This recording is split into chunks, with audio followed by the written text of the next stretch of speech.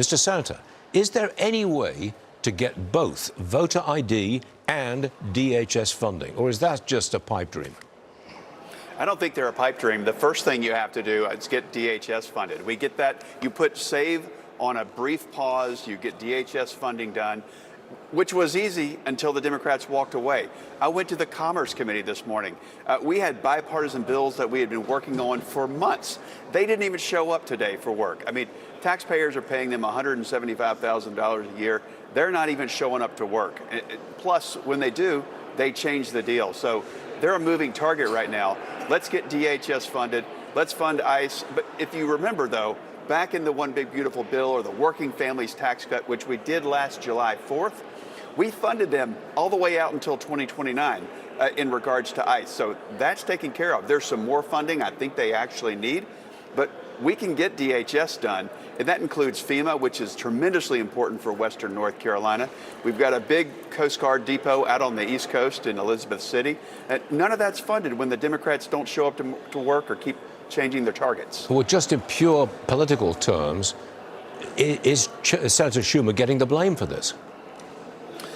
Look, he's getting it from us because he's not actually that good at his job. He keeps chasing the radical base. They care more about illegal aliens, people that aren't even citizens of this country, than they do their own citizens. They seem to be supporting the Ayatollah. They seem to be supporting voter fraud. It's ridiculous what the base that Chuck Schumer keeps chasing.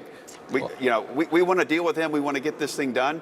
But it's hard to tell when they keep moving the goalposts. Senator, the president says he's received, quote, a big present from Iran. Watch this. They're going to make a deal. They did something yesterday that was amazing, actually. They gave us a present, and the present arrived today. And it was a very big present worth a tremendous amount of money.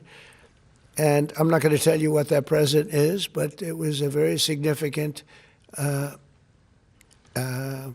prize, and they gave it to us, and they said they were going to give it, so that meant one thing to me: we're dealing with the right people. It wasn't nuclear related. It was oil and gas related, and it was a very nice thing they did, but what it showed me is that we're dealing with the right people. Senator, all of this comes as the 82nd Airborne is being deployed to the Mideast. You're on the Armed Services Committee. What are those troops going to be doing? Well, they are going to be increasing the Commander-in-Chief's options because he wants to bring this to a quick close. We don't want prolonged wars. We've been through that before under prior presidents. And by the way, this is the 7th president to deal with Iran, and finally we've got one who's brave enough to bring this to a conclusion. I think one of the gifts that Iran gave us was they showed us how dangerous they were, and we can deal with it while we can still get our hands around that. We've had allies, not nearly enough, but we've had some allies come aboard to help us with this. Let's bring it to a quick conclusion, make the world a safer place. And by the way, while we're under significant threat here in the homeland, due to Iran, due to who knows what, and terrorist threats, the Democrats aren't even coming to the table to fund the Department of Homeland Security. It doesn't make any sense to me. Mr. Senator, thank you very much for being with us today. We always appreciate it, and we hope to see you again. Thank you, sir. Thank you.